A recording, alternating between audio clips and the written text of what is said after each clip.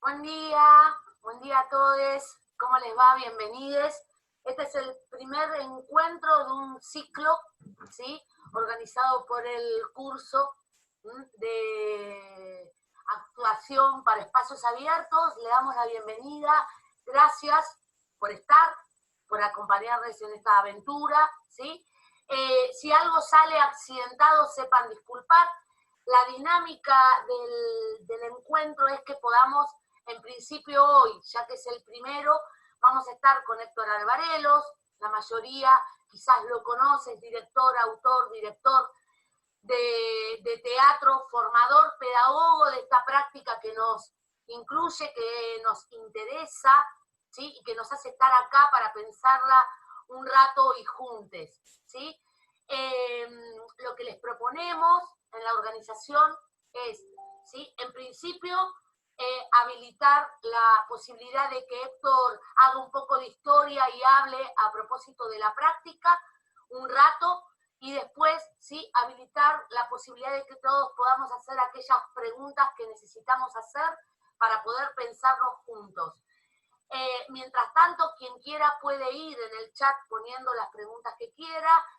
El tema de que entraron muteados simplemente fue una cuestión de que no haya ruido o interferencia de fondo, pero sepan que no están ahora sin la posibilidad de desmutearse, con lo cual sí, yo también me voy a llamar a silencio para que no haya problemas de conexión y que pueda hablar Héctor, que hoy es quien tiene al mando la palabra de la primera parte.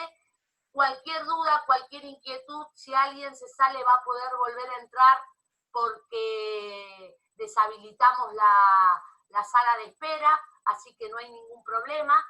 Y bueno, vuelvo a decirles bienvenidos a todos, ¿sí? A este espacio en común. Y ahora, Héctor, podemos, ¿sí? Reiniciar tu audio, maestro, todo tuyo. Bueno, buenos días.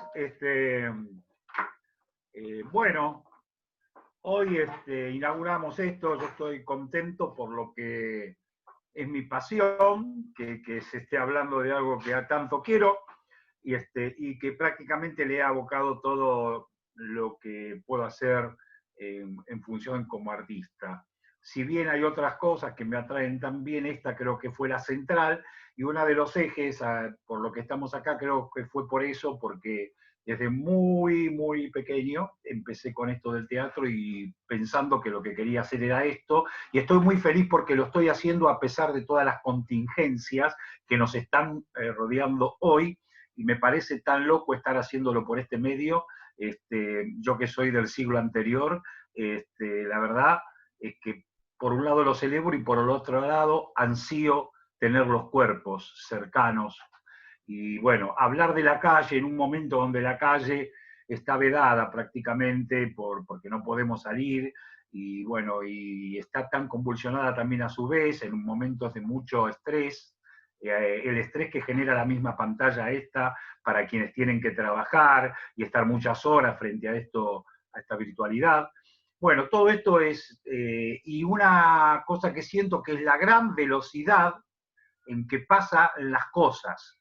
Hoy pasa una cosa al rato otra, y como que no profundizamos, siento que a veces me quedo como colgado, ¿viste? Como el que se tango, por ahí es la edad también, pero muchas veces creo que es esa velocidad del tiempo que transcurre, ¿no? Y que no nos deja reflexionar. Entonces esto de poner algo que siempre dijimos, o mi generación por lo menos lo verbalizó, pero nunca muchos lo llevaron a la práctica, que es hablar de la memoria, ¿no? Entonces, cuando hablamos de la memoria, estamos hablando de, y en este tema del teatro de calle, del teatro de espacios abiertos, y la memoria y la práctica. ¿Por qué puse memoria y práctica? Porque para quienes practican es bueno tener memoria de cómo comenzó, o imaginarse, o por lo menos saber algunas cosas, porque lo que suele pasar cuando uno practica, y a todos nos ha pasado, es decir, uy, mirá lo que descubrí, resulta que no, que ya esto se hizo antes. Seguramente es diferente, uno lo descubre realmente, pero bueno, teniendo antecedentes, que para eso sirve la educación, de cosas que ya están hechas, por ahí sirven para seguir avanzando sobre las mismas y no ser tan empírico y volver atrás para pasar por el mismo proceso. Dicho esto, comenzaré un poco hablando de esto de la historia, que tiene que ver con, por un lado, podemos hablar de la historia del teatro callejero, que fue el primer teatro, no hay duda, o, antropológicamente lo sabemos, sabemos que todas las tribus de todas las comunidades, de todo el planeta, alguna vez se juntó para contar, para representar algo que había pasado. Entonces nos imaginamos esa vieja historia del que había cazado el venado, que luego de comerlo agarró su piel, se disfrazó de venado y contó cómo lo cazó. Y por ahí nació el teatro. Imaginemos cómo habrá sido eso. Bien, a partir de eso sabemos que las diferentes culturas tienen diferentes formas de representar. Y esta representación, que originariamente fue en el espacio abierto, en el espacio público, luego se la ubicó en un espacio y se la encerró. O sea, se la ubicó en el templo, ¿sí? Lo que yo llamo el templo de la representación. Así como muchos templos por las religiones también pusieron la religión adentro del templo. Pero, lo que yo siempre digo, el buen creyente no necesita del templo. Uno puede orar en cualquier lugar. Por eso el teatro lo puedo hacer en cualquier lugar. Entonces, pero, ¿por qué esto de encerrarlo en un templo? Primero, para darle algún aspecto técnico más interesante, la escucha y un montón de cosas y juntar a la gente que quiere hacerlo en un solo lugar, que es ese, en el lugar adecuado para, como la iglesia, el laboratorio, ¿cómo se llama? El hospital, todos tienen lugares para hacer determinadas cosas. En cambio, el teatro nos está dejando que todavía uno, al hacer teatro en el espacio público, yo me imagino el carro de Tespis, ¿no? Porque voy a los orígenes, esto del teatro occidental, el tipo llegando ahí convocando, o tantas cosas que pueden haber pasado en las diferentes comunidades hasta que se lo encierra. Y al encerrarlo creo, evidentemente, que si bien se lo modifica de alguna manera, aparece que la sociedad tiene más ordenado todo y está más tranquila, porque sabe que ahí hay teatro, en el otro espacio hay otra cosa, entonces da cierta tranquilidad y ordena. Por eso el teatro callejero desordena. El teatro callejero lo que genera es ansiedad, porque ¿qué pasa? Saca al tipo que camina, y ya entramos acá en el espacio público, ¿no? El espacio de todos. Aquel que va caminando por el espacio de todos, al ser interferido por algún hecho extra cotidiano, aparece como que, ay, ¿qué es esto? Se incomoda. Muchas veces hemos visto en la fogata, cuando algún personaje se le acerca a preguntarle qué quiere quemar a una persona, que le contesta a la gente en este momento cualquier cosa. Ay, yo no creo, yo creo solamente en Dios. Las contestaciones los chicos la tienen, son increíbles.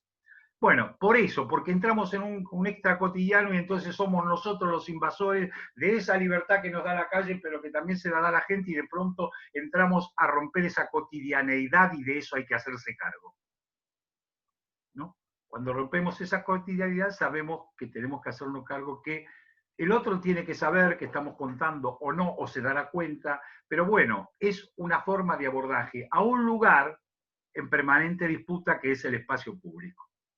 Porque casi siempre estamos hablando de teatro callejero en el espacio público también, o espacios abiertos, ¿no? Pero el espacio abierto puede ser un country y no es público, entonces está todo, esto sería como en el teatro para estos conceptos, ¿no? Como que está encerrado, está aceptado y demás. Pero cuando hablamos del teatro en espacio público, estamos hablando de este teatro de la impronta o de la preparación, no necesariamente de la impronta, o que la gente al preparar un espacio sabe que ahí va a pasar algo, y también estamos usando una forma de convocar y usando ese espacio público porque ahí ya le damos un valor estético al espacio, porque lo hacemos en un lugar que hemos elegido para realizarlo.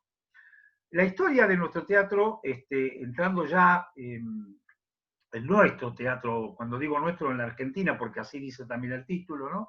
El teatro callejero en la Argentina, nos remite a Castanino, a leerlo ahí, decir cómo llegaron los primeros volatineros acá, ¿no?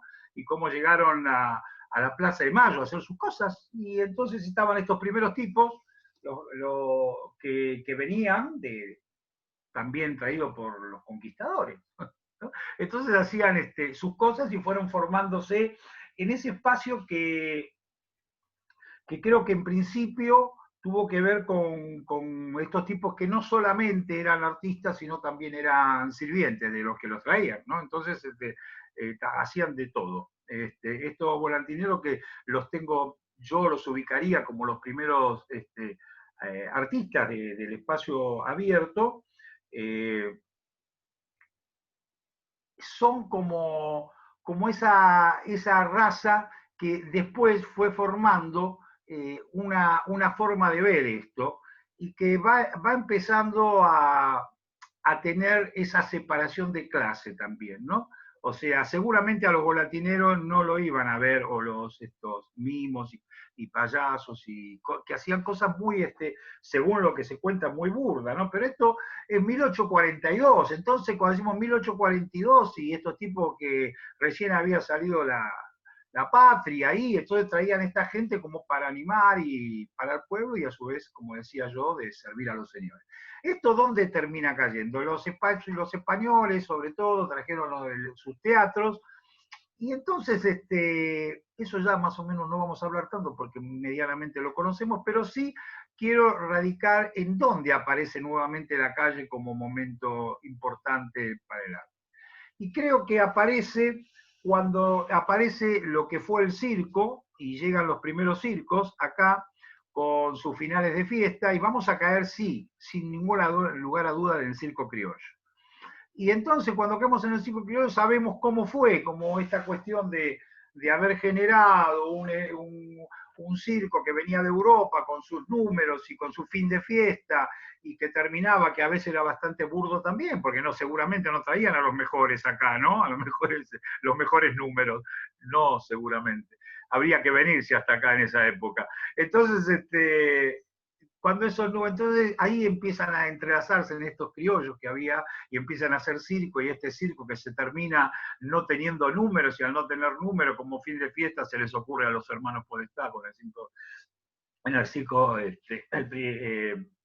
Olimpo, no, el Olimpo era el Carlos, los hermanos Carlos, se les ocurre hacer esto de su primer pantomima, que fue Juan Moreira. Y acá empieza una técnica de la teatralización en un espacio diferente, un circo que tenía otra visión, no era la sala preparada, entonces la pantomima, entonces aparece una teatralidad de la que había que emitir con cierta fuerza, para que la gente pudiese entender. Esto fue tan exitoso, como todos sabemos, que ahí sobreviene después el texto de Gutiérrez, Juan Moreira, y empieza a andar por los caminos los diferentes circos criollos, hasta Papelito, que ahora acaba de salir una película que no se pudo estrenar por esto de la pandemia, pero está La vida de Papelito, creo que se la puede ubicar, que fue un circo famoso que recorrió desde Junín toda la provincia de Buenos Aires hasta los días de hoy, ¿no? Y es interesante ver esa cosa del trashumante que hoy se sigue repitiendo, pero se repite de otra forma. Que el teatro callejero, ¿de quién toma? ¿No? O sea, cuando hablamos del lenguaje.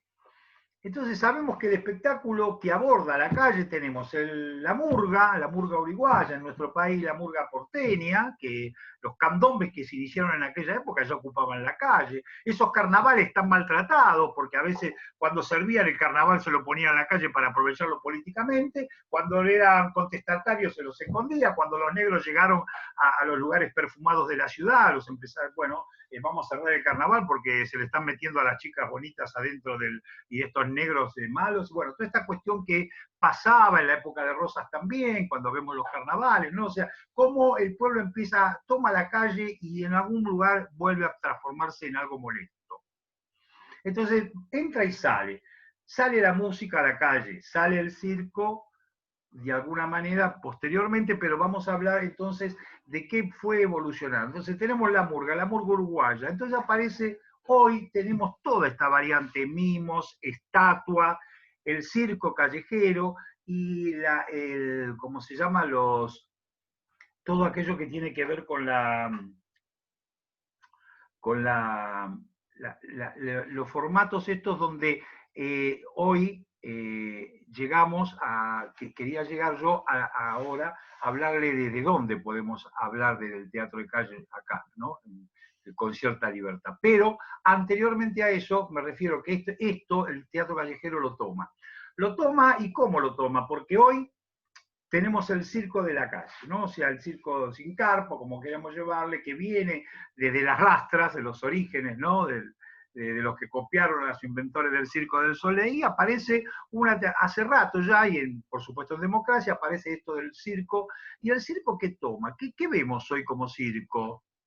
Que tiene teatralidad. Esa teatralidad la toma el teatro callejero porque le sirve para contar, para que la palabra que uso yo en la calle tenga una posibilidad de ser entendida y vista. Entonces tomo técnica, entonces por eso se toman técnicas del circo, pero se toman esas técnicas para contar, o sea, se le da uso dramático.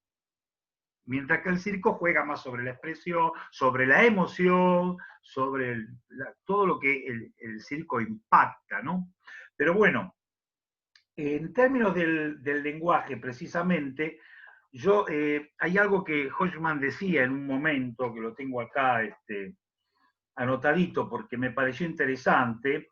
Él crea la arena, ustedes saben, hoy tiene en Lausanne la cátedra esta de circo. Dice esto: este código es potente para transmitir emociones y contar relaciones, pero no para narrar.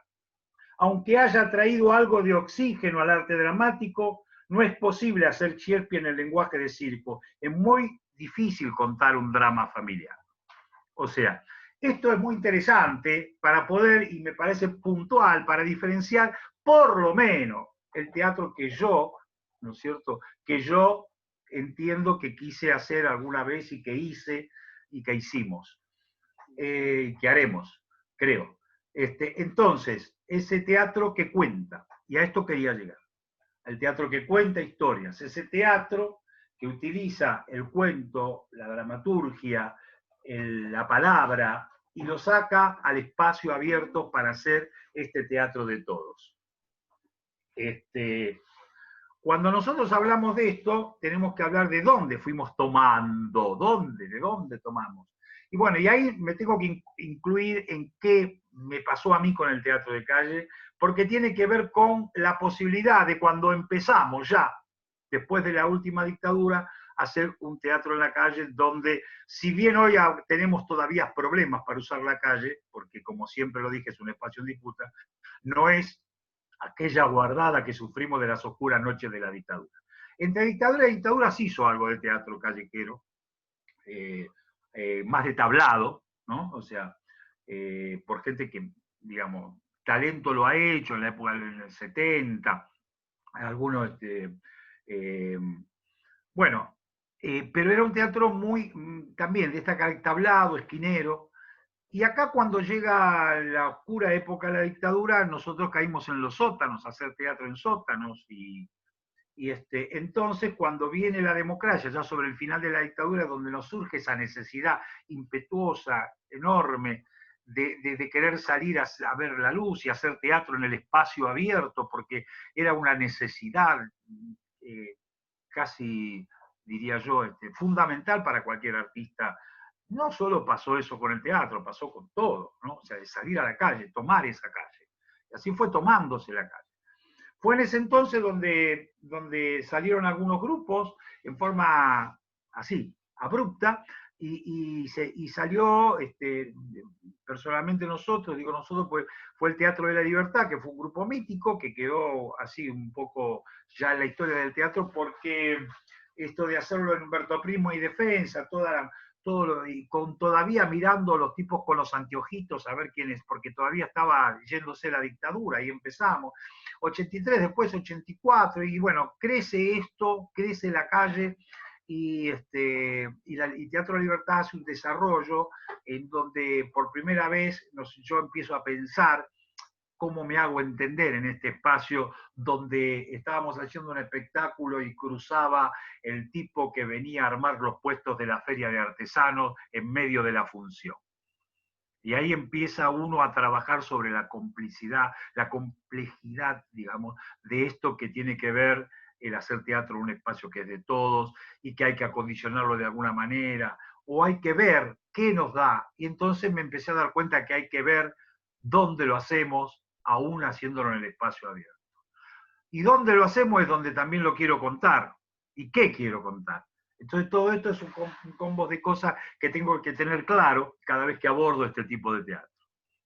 ¿Cuánto va a durar? Y todas estas cuestiones que vendrán después. Pero en esa primera etapa tomamos cosas, hay un mito que no sé si es verdad, que lo cuenta a veces acá, que agarramos, y yo ya no me acuerdo tampoco, que agarrábamos un cepillo y hablábamos como los cómicos, ¿no?, del balneario, que eran marrones, no sé, yo estoy hablando de la prehistoria, cuando en el balneario de la ciudad, que era todavía río, se hacían espectáculos por las noches de verano, y había tablados, y tampoco había sonido, entonces los cómicos era como que hablaban así de costado para que la gente lo escuche, ¿no? O sea, sí, ahí en Costanera Sur, donde ahora está ¿cómo se llama? La reserva ecológica.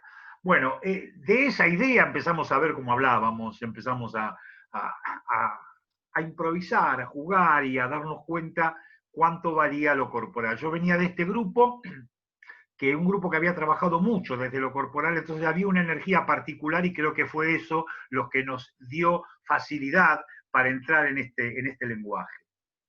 Junto con el Teatro de Libertad aparecieron otros grupos que también fueron históricos. Yo los voy a nombrar rápidamente porque a algunos les va a sonar, pero es importante porque siempre me parece que quienes han formado el origen de esto, de haber formado lo que fue el movimiento de teatro popular, MOTEPO, que en realidad era MTP, pero resulta que cuando se arma este despelote en Salta con el MTP, donde hubo todo un conflicto social, en donde, bueno, que se transforma en guerrilla, bueno, había una cosa muy difícil, nosotros estábamos en pleno movilización en la calle y resulta que se nos puso, vamos a agregarle otra letra porque no éramos nosotros de esa agrupación, del MTP en ese momento. Entonces tuvimos que ponerle M, MO, Movimiento, T, Teatro, Popular. O sea, le agregamos y creo que en el primer cartel está esa cosa hecha ahí de urgencia.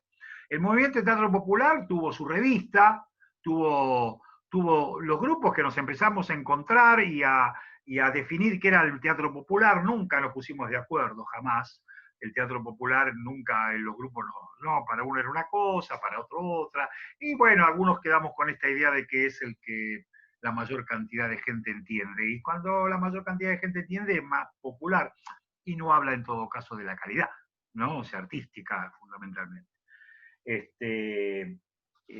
Lo popular después fue tomado como tuvimos una diferencia tratar qué es popular y qué es masivo, ¿no? Que también hay que tenerlo en cuenta, ¿no? Porque bueno, el arte popular o lo masivo es, bueno, metemos todo en la misma bolsa y tenemos las cosas que logra, por ejemplo, Tinelli con relación a su audiencia o demás, que no es precisamente lo que uno busca cuando hace arte, ¿no? Creo yo. Este movimiento que, como decía, fue integrado por Diablo Mundo, un grupo muy importante del sur, Cooperativa Teatral Rayuela, Teatro Catalina Sur, el grupo Teatro Encuentro, el grupo La Obra, que yo ya dirigía también yo trabajaba en Teatro Libertad y armé un grupo que se llamó La Obra por una necesidad que después le voy a contar por qué yo necesitaba seguir contando historia y esto cambió acá cuando llegan los grupos, digamos, de Europa. Después tuvo la otra historia que era hecha era un teatro de mujeres, ¿no? Grupo de teatro Dorrego, el Teatro de la Libertad y los Calandracas. O sea, de eso todavía algunos sobrevivimos con diferentes alternativas, ¿no? El Catalina Sur, que pasa a realizar esta gran, junto con los Calandracas, que son el Teatral Barracas, y que han armado esto del teatro comunitario como gran movimiento nacional importantísimo del vecino que hace teatro. Y acá hay parte de que es callejero y otra parte que la mayoría se han metido adentro a los, o a teatros o a galpones, y su objetivo es contar casi siempre la historia de su lugar y que sea el vecino actor. Por lo que a veces hay cosas muy buenas, no, esto no habla de calidad tampoco, hay vecinos que logran cosas muchos, muy superiores a algunos propios artistas consagrados que se creen. He visto cosas muy buenas y que sobre todo lo que hace el Teatral Barraca o de los Calandracas, realmente de mucho nivel y de una estética callejera de tránsito muy interesante. Nosotros seguimos con el Motepo hasta toda esa década del 80, ¿no? La década del 80 fue como un reverdecer de la cultura también. La democracia había llegado, entonces salimos a la calle, se empezaron a ver cosas, empezaron a llegar, en esa década también llega el señor Eugenio Barba, ¿no es cierto? Acá se produce una inflexión, y hay una anécdota que cuenta Roberto Perinelli, que fue profesor de la escuela de la EMAD, en cómo llegó a la EMAD a comunicarse con Eugenio Barba a través de un argentino, César Brie, que era del grupo Farfa y de toda ¿cómo se llama? Los grupos que seguían a Lodin como esta idea de teatro antropológico o antropología teatral. Y entonces, a partir de César Brie, de una carta que le mandó, porque aparentemente Barba no se relacionaba con instituciones estatales, pero en esta oportunidad, como se vio contestado con mucho, muy bien, digamos, muy agradablemente por Perinelli, que le respondió la carta, este nexo que tenía a través de César Brie, y pagado por el San Martín, vino por primera vez Eugenio Barba a la Argentina, y ahí se produce esto de como, bueno, que era esto del teatro antropológico como movimiento que se venía gestando, no tampoco, también en ciertos niveles, ¿no? No era una cosa absolutamente popular tampoco. Entonces se genera acá en los 80 esto que el grupo viene, se hacen talleres en la Escuela Metropolitana de Arte Dramático, que soy, en la EMAD de aquel entonces, Escuela Municipal de Arte Dramático, se hacen cursos, Teatro Libertad junto con Farfa hacen todo un espectáculo que se dio en la Manzana de las Luces. Entonces se empezaron a hacer talleres de máscaras en la escuela en ese momento, muy rápidas, que la daba el grupo Farfa, y se producen dos encuentros, vamos a la historia.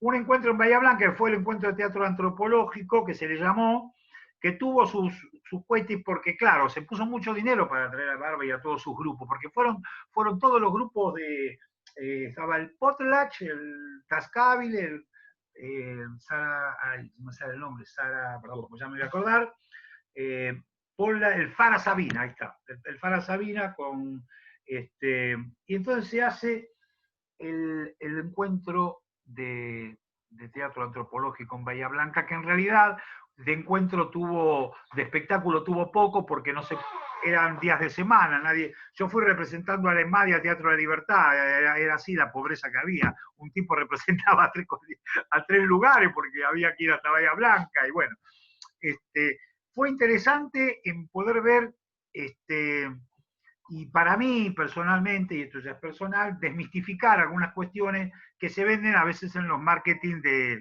de algunas propuestas.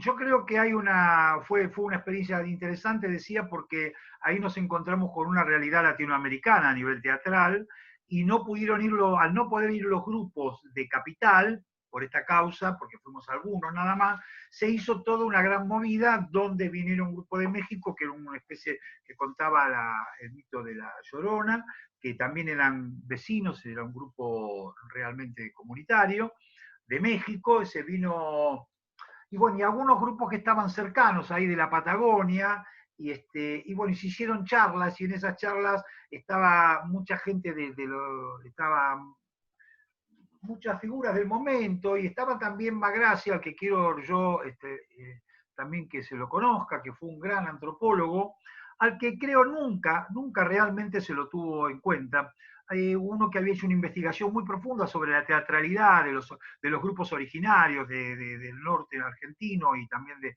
los mapuches, ¿no? De la Patagonia. Y en estas charlas, que no me voy a extender porque, bueno, por ahí tiene más que ver con el recuerdo emotivo mío, pero sí tiene que ver con algo que me parece fundamental, que es que el famoso trueque, y esto yo ya lo he dicho muchas veces, que generaba la propuesta de Eugenio Barba, no se pudo dar en ese lugar porque o se dio de una manera diferente a la que se la pensaba. En principio porque algunos grupos no habían ido de acá, pero también porque lo que se pudo armar en esa Patagonia nuestra, ya porque la mayoría eran grupos de ahí, Bahía Blanca, ya entrando en la Patagonia casi, ¿no? Que pudieron llegar, lo que pasó fue que el trueque fue una cosa imponente, con la llegada de esos grupos al encuentro que se iba a hacer en un límite entre una villa y un complejo habitacional que había sido también de la villa y que estaban muy peleados entre ellos. Por lo que eran de la villa, el del complejo anterior, habitacional decía que eran villeros. Entonces esta cosa que sucede muy, muy terrible, pero que pasa, pero que ese trueque para lo que sirvió en realidad era para juntar a esos dos grupos. Y hay un video que en este momento lo tiene Araceli Arreche, que aprovecho para recordárselo, donde cuenta todo esto, ¿no? Donde se juntan esta gente del pueblo de la villa con la gente del complejo habitacional que habían estado en esa villa, y se produce una chica cantando, un tipo con un fumachine, que era el órgano electrónico de la época, con un peluquín tocando, y 4 chicas que jugaban con las porras. Todo esto, imagínenselo, en ese momento estaban cantando una samba, y la gente contenta, porque era su actuación de ese lugar. Llegan los Zancos, la Calavera, los acordeones, la Luisa Calcumí, que sí era mapuche, que cantaba, pero que yo lo vi como nuestra cultura, ¿no? Metida dentro de uno de los grupos que venían avanzando, plantando árboles, que traía la carrera adelante con su pitito, trayendo a la gente, por otro lado los zancos con el acordeón, y todo esto se formó en una especie de fiesta colectiva, en donde yo estaba haciendo una animación con la gente ahí, y fui tomado por la Calavera casi. y bueno, y se produjo esto, que fue lo que se pudo hacer. Entonces, ¿qué era esto? La calle. ¿Qué era esto? Teatralidad en la calle, sí había. ¿Y qué se sumaba además? La gente que sacaba a la calle lo que podía hacer para ofrecerlo, porque, y ese fue el trueque, no fue el trueque que podía haber tenido en Perú o en el encuentro del tercer teatro de donde venía Barba, que fue otra cosa, porque ahí encontró grupos originarios que pudo hacer un encuentro. No descarto esto de los trueques, pero quiero decir, la discusión que se generó, y a esto concluyo con lo de Bahía Blanca, en ese momento fue qué era para nosotros y qué significa, creo que fue la discusión, la cultura dominante o la cultura propia. Cuando digo dominante no hablo, ahí parece muy fuerte, pero tenemos una cultura, hoy la tenemos una cultura dominante. Lo que no quiere decir que nosotros no podamos aprender de esa cultura. O sea, lo que pasa es que tenemos que dar nuestra propia impronta. Yo no estoy denostando a Barba de ninguna manera, porque todo lo que he investigado es muy rico y lo aplicamos en algunos aspectos, pero sí, en algún momento, con cierto, a lo mejor, verdad, cuando nos hablan de subdesarrollo, te tratan de venir, yo te estoy enseñando. Y creo que nosotros tenemos cosas para enseñar, como lo tienen los pueblos originarios, como lo tiene la gente a lo mejor menos instruida desde el punto de vista técnico y académico, que a veces nos dan lecciones muy importantes con relación a cómo deberíamos vivir. Y hoy se está volviendo algunas cuestiones originarias, sobre todo en la alimentación y todas las cosas que nos rodean. Entonces, digo yo, para cerrar con esto, me parece que es muy importante tener técnica, me parece que es importante todo lo que podamos aprender, pero también es muy importante desarrollar nuestra propia creatividad, nuestra propia cultura y dentro de nuestras propias costumbres.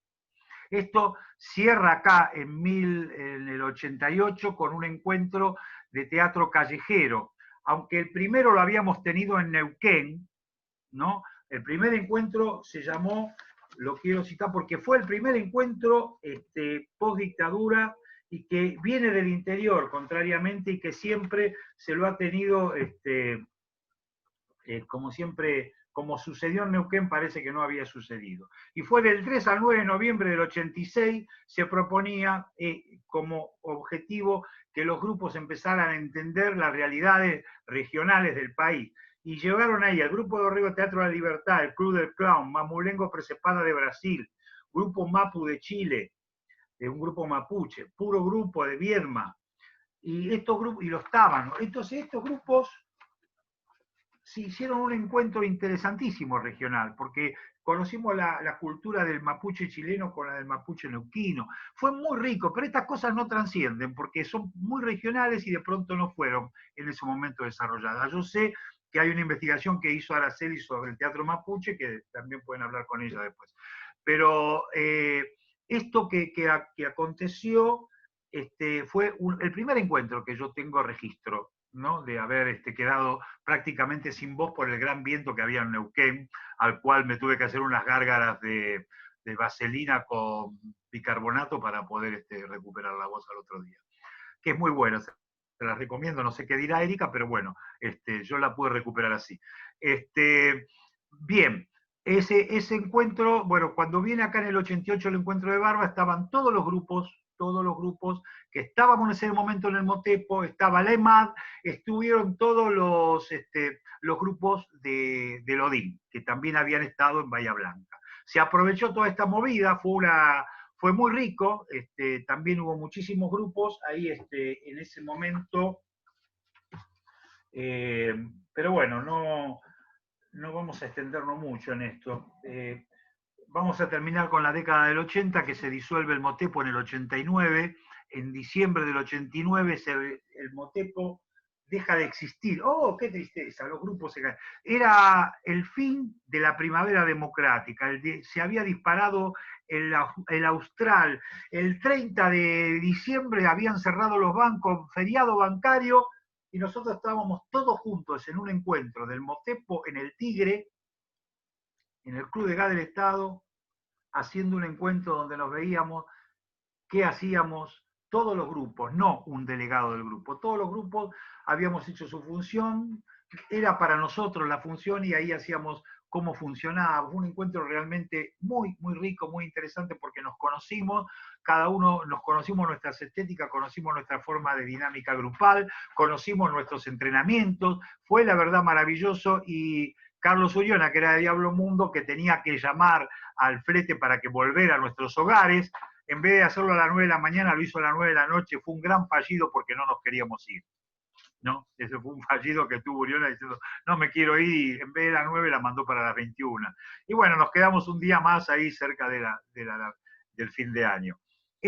Acá cerramos el Motepo y ahí donde se arman diferencias. ¿Por qué hay diferencias importantísimas? Porque había pasado una época, habíamos vivido toda la primavera democrática y muchos grupos, al reconocer y conocerse también internamente, porque sirvió para eso, para conocerse por dentro también, apareció como que muchos grupos se disolvieron, otros optaron por ir a los galpones, fue en ese momento que Catalina entra a los galpones, me acuerdo, tengo ahí como la idea.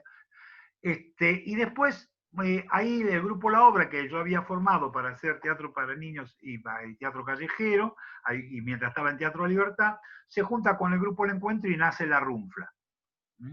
Y hay otros grupos que también se dividieron, van y fueron naciendo. Entonces fue un final multiplicador, pero que no pudo multiplicarse, y acaba lo nuestro, en la calle.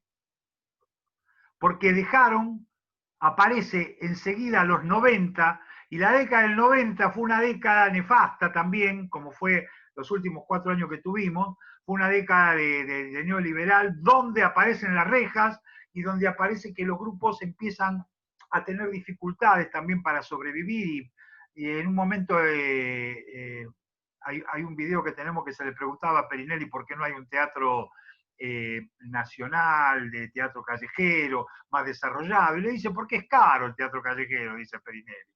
es caro, hay que pagarse todo, claro, y también va a sostener una sala, pero claro, la sala no es de uno, entonces es un detalle ese, ¿no? Entonces hubo que sobrevivir de alguna manera, y de ese 90 aparecen como estos grupos. Yo con la obra quería contar, había hecho una linda experiencia, que fue hacer mucho tiempo teatro en Parque Rivadavia, donde también después sigue la Runfla haciéndolo, y hay algo que se hizo que fue una encuesta a la gente que veía teatro callejero, que había visto este espectáculo, y se le hizo a los niños. Se hizo una gran encuesta de 340 chicos entrevistados, que los actores lo hacían después que terminaba la función, y nos dio que el 40% de esos niños nunca habían visto teatro, ni habían ido al teatro. Y estamos hablando de encuestas hechas en Capital Federal, ¿no? O sea, no habían visto el 40%, no lo identificaban con la tele, con otras cosas, pero no habían visto. Y con la escuela, ¿no? O sea, la escuela sí tenía cierta cuestión de lo teatral, pero no lo habían hecho. Bueno, cuando ya en la década del 90, que nosotros armamos la Runfla, de la que hablaremos después al final del ciclo, aparece acá como que hemos quedado pocos en la calle. Y en el 92, en noviembre, diciembre del 92, me acuerdo, jugaba Boca Junior, hacía un calor terrible, y en Parque Rivadavia hicimos el primer encuentro de teatro callejero y murga. Son las 11:50, me pasa acá Gabriela. El primer encuentro de teatro callejero y murga, donde estaban los Quitapenas, acaba de morir uno de sus creadores, Tato, murguero viejo, que también enseñó a la murga del Parque Avellaneda. Estaba Coco Romero, con Aguante Murga, el espectáculo que hicieron ahí. Estaba Los Lanzazanco con Paco Redondo, el grupo La Runfla, y finalmente los Delfines del Asfalto, que era un grupo de murga que había hecho murga teatro, que estaba bastante interesante. Hasta el 95 no pasó más nada, y aparecen los tablados de los grupos en el 95 en el Centro Cultural Sur, y 4 de los grupos de ese momento que habíamos sobrevivido en medio de esa pandemia que fue el neoliberalismo de los 90, hicimos un espectáculo que se llamó Le robaron el río a Buenos Aires, hecho por Catalina Sur, Los Calandraca, La Runfla y Diablo Mundo. También hicimos Utópicos y Mal Entretenidos, que se dio ahí en el tablado de los grupos, pero que también esos espectáculos, sobre todo Le robaron el río a Buenos Aires, se llevó por 10 plazas de la capital federal.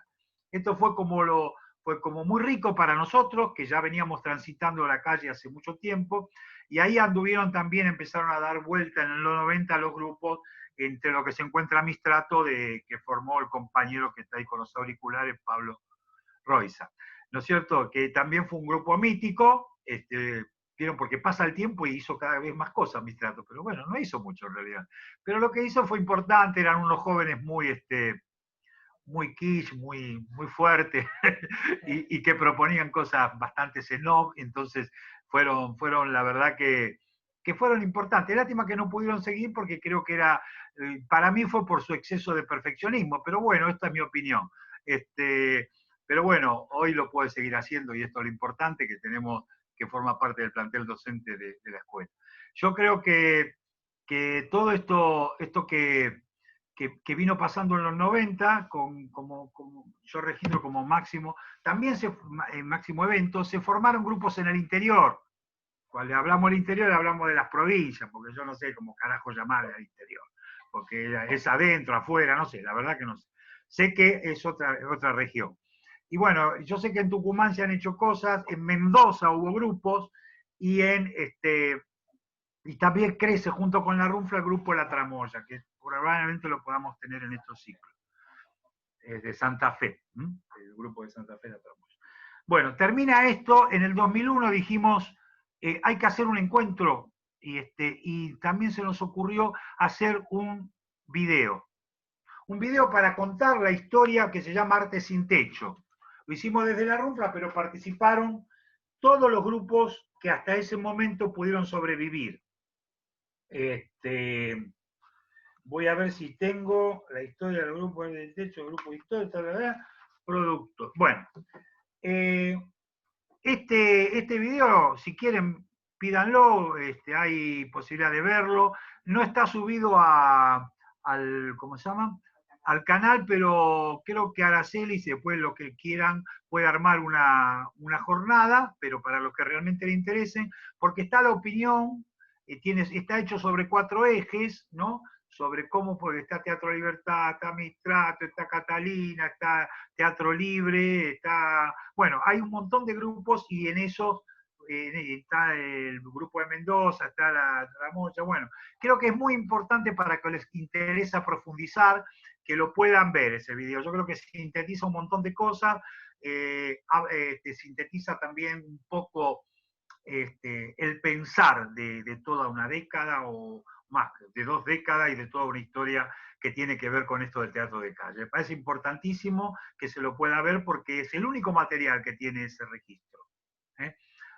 Yo lo tengo en el libro también, el registro hecho, que ya creo que está agotado, pero no, el Madre Plaza y Mayo lo tienen, para los que lo quieren leer, Teatro Callejero en la Argentina, 1982-2006, creo que todavía lo editaron, se llama Sin Telón la colección, y está en Madre de Plaza de Mayo, la editorial que tenía Madre, que ahora la tienen ahí, creo que privada es. Pero bueno, ahí está todo el registro que no vale la pena que yo hable mucho porque está hecho todo ahí.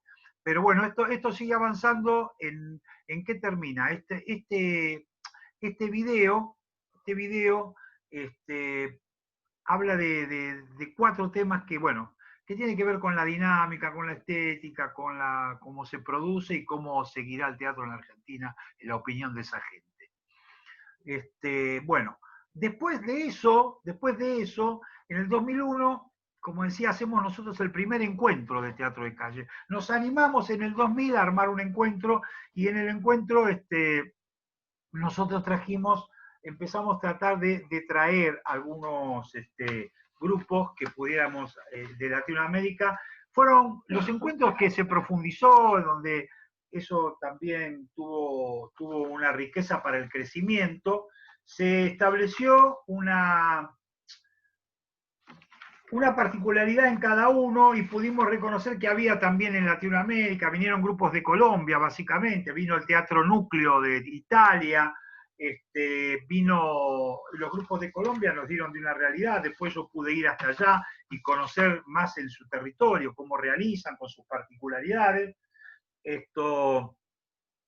Y los grupos, lo que también hicieron mella, de alguna manera, en el mejor de los sentidos, acá fueron los grupos de Europa. Cuando hablamos del teatro callejero europeo, se nos viene la Fura del Baus, que vino acá en el 84, en el primer encuentro de teatro de Córdoba, latinoamericano, pero vino la Fura del Baus. Vino el Royal Deluxe, que hizo una gran movilización por la 9 de julio, ahí no había problema para cortar el tránsito, nada, fue muy abocado a que esto sucediera, trajeron un barco lleno de cosas, también hay un video que se lo puede ver en la escuela de teatro callejero, también lo existe, que es el desfile de la 9 de julio por Royal Deluxe, y bueno, y aparece entonces, copiando esto de la FURA, la organización negra, de la Guardia y todo lo que ya conocemos, de ese otro tipo de teatro más acrobático, más que tiene que ver con el andinismo, bueno, con todo lo que ustedes ya saben de estos grupos que revolucionaron también un poco el espectáculo de calle, y no tanto contando, sino haciendo toda una propuesta interesante que habían extraído desde entonces, ¿cómo se llama? De estos grupos que venían de Europa. En nosotros también, para nosotros la llegada ¿cómo se llama? El Teatro Núcleo también dio una impronta, porque hicimos talleres con ellos, porque pertenecen 2 argentinos que se fueron a Ferrara, a Italia, y allí formaron, exiliados, y allí formaron su grupo con una interesante experiencia durante todas estas décadas. Esto fue lo que armó 12, son las 12. Esto fue lo que armó una propuesta interesante de los encuentros. Los encuentros pasaron cosas ricas, muy ricas. Y también nos dimos cuenta, y esto también pasó con la Runfla, que después lo vamos a contar un poco más de los encuentros más adelante, pero no en esta charla, sino cuando hablemos de la Runfla, pasó algo que nos dimos cuenta y que fue muy importante, y con esto voy a ver si cierro. porque si no va a ser muy, muy aburrido. Va a haber preguntas, muy bien. Se nos ocurrió pensar que este teatro, y ya lo sabíamos desde hace un tiempo, tenía sus propios códigos, su propio código y tenía sus dificultades. Nosotros como grupo de teatro nos costaba mucho reemplazar a un compañero cuando algún actor invitado se iba, porque tenía que entrenar la altura, tenía que entrenar el trabajo corporal, la voz. Entonces fue cuando se nos ocurre gestear esto que fue en el 2004, la escuela o el curso de formación del actor para espacios abiertos, lo cual fue todo una cuestión que nace de abajo, que lo pudimos meter a nivel institucional, y que bueno, es todo lo que, para hablar largo de la escuela, pero lo que hoy podemos tener como único propuesta a nivel internacional. Escuchen cómo suena esto. Única propuesta a nivel internacional. Sí, ¿y qué? Sí. Están, lo mejor de los profesores que hay para hacer esto están en esa escuela. Tenemos las máscaras por un mascarón. Tenemos, bueno, hay algunas adquisiciones últimas que me contaron que yo no pude, tuve el placer de verlo, que son buenísimas. Con la gente nueva que entró, Erika, dice que aparte todo, y bueno, y Anita, y todo lo que fueron llegando, y esta cosa que tiene la escuela que yo espero como gestor de esto no se pierda, que es la unidad grupal, porque nosotros estamos con las diferencias adentro, por supuesto, pues si no, no existiría, sería una patota guiada por un comando. Pero no, esto es un lugar donde se pueda discutir, porque no, porque la escuela propone el teatro grupal, porque es parte del teatro. El teatro se hace en grupo, y esto es ideológico, estos ejes, lo ideológico es fundamental. Espacio público, espacio de todos. Esto habla de una forma de pensar, hacer teatro para todos, sin restricción.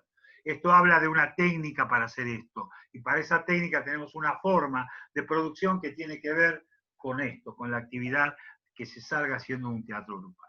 Después cada uno hará lo que quiere con su vida, pero me parece que este eje se está cumpliendo, ojalá podamos hacerlo, se siga haciendo por muchos años. Esta escuela que fue formada, que fue creciendo, que fue adaptándose a las realidades que teníamos desde el punto de vista institucional y que pudimos hacer, y que por suerte sigue funcionando en medio de este caos que es hoy la Argentina.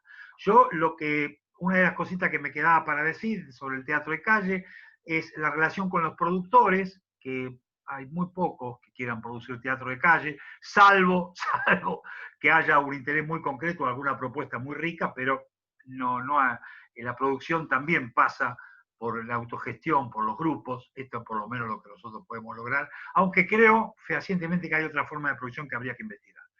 También hablamos de la prensa. La prensa nos ha asistido, pero más que nada por algún convencimiento de alguno que quiso venir a hacer una nota, y después pudimos tener nosotros, por lo menos como grupo, y ahora que hay alguien que hace la prensa, que también le puede costar mucho llevar un crítico a ver un espectáculo de calle. ¿Por qué? Porque lo decían Juan Gar, lo decía Duvati mismo, lo sacan del statu quo, lo sacan de la comodidad de ir a una sala, lo tienen que ir hasta un lugar lejano a ver una obra, y ya no sé, y hay que convencer al periódico o a la revista que van a hacer una nota de esto, que a ver hasta dónde le sirve al medio donde trabaja. Bueno, son cuestiones colaterales, pero que son buenos tenerlas en cuenta para no sufrir por eso, y decir que del teatro callejero lo mejor que podemos hacer es darle nuestro propio trabajo, nuestro propio cuerpo y nuestro propio placer de hacer el teatro, que realmente es para todos, y que una vez terminado el espacio que hemos ocupado vuelve a ser de todos también. Yo lo que cierro con una sola cosa que estaba pensando cuando íbamos a hacer la charla, y que creo que vamos a ser protagonistas de la nueva post-pandemia. Y cuando digo vamos a ser protagonistas de la nueva post-pandemia, estoy hablando de que el primer teatro que supongo se va a poder hacer con algún tipo de protocolo es por ahí el de la calle. Y muchos que hacen teatro van a salir a la calle, sin saber lo que es la calle, porque lo van a volver a hacer por esa misma necesidad que en la democracia nosotros tuvimos esa gana de salir a la calle después de la dictadura. Esta dictadura que nos da este germen, esta mierda que nos está atacando, también nos tiene adentro. Fíjense, pasa lo mismo. Estamos adentro y vamos a tener que salir, y vamos a tener que ir a dónde, a la calle. Y cuando salgamos a la calle vamos a tener que hacer teatro. Sí, entonces van a querer todo hacer teatro en la calle. Entonces nosotros vamos a decir, muchachos, para hacer teatro también hay una técnica. Para hacer teatro y contar bien, la calle no es lo mismo. Hay una vieja anécdota en Parque Avellaneda cuando una vez hicieron un espectáculo que era de sala, un Molière, estaban haciéndolo con la luz, el tablado, todo, se cruzaba un perro, una nena lloraba, y el director de ese entonces dijo, el teatro es muy frágil para sacarlo afuera, dijo en ese momento un famoso director. Claro, ese teatro es muy frágil, y seguro que es muy frágil, pero nosotros estamos elaborando una técnica para poder hacerlo realmente afuera, y esto es lo que hay que destacar. Y cuando en este post-pandemia, donde necesitamos todos salir a la calle, contemos que el teatro callejero también se hace, es un lenguaje que tiene su propio código y su propia técnica. Maestro, bien, acá yo voy a oficiar de lectora de las primeras preguntas, ¿sí? Para que vos puedas responder. Y las voy a ir organizando. Lorena, Lore, ¿sí? Te pregunta que dentro de teniendo en cuenta las posibilidades, las variantes del teatro callejero según la región, la cultura, ¿qué se entiende por teatro callejero a la hora, por ejemplo, de armar un encuentro? Es decir, basta con autodenominarse teatro callejero, ¿sí? Que sucede en la calle, en principio eso alcanzaría, o sea, lo que te está preguntando es cómo delimitar, ¿sí?, la estética del teatro de calle en la calle o en el espacio abierto. Yo creo, miren, lo que más se ve como teatro callejero, o lo que se dice teatro callejero, es el circo, que está hecho por 2 o 3 personas, que es el que más fluye y por el cual se puede sobrevivir, porque es poca gente. Hoy grupos más grandes les cuesta muchísimo sobrevivir. Yo creo que lo que ha pasado con el teatro, con el circo, es que ha agarrado el circo de que estoy hablando, ¿no? El que vemos todos los días, la gente que hace el circo y que hace el payaso y hace y malabares, se le ha mezclado un poco el circo criollo adentro, porque ellos también hacen algunos sketches, porque no tienen tiempo, porque tienen 2 o 3 números, hacen un sketch. Hay una parte que lo que sería la segunda parte del circo criollo es con animación hacia el público, donde algunos hacen cosas buenas y otros hacen unas porquerías bárbaras, ¿no? Porque yo he visto maltratar al público.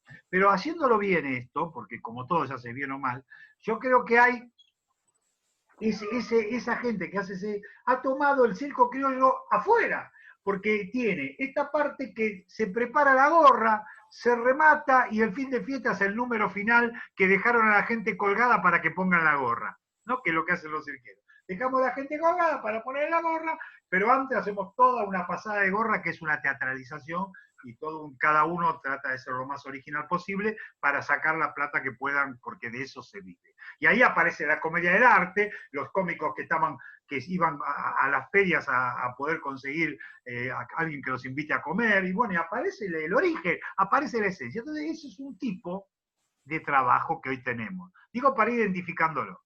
Tenemos algunas murgas que son teatrales también, que tienen cierta teatralidad. Hay murgas que usan bastante la teatralidad.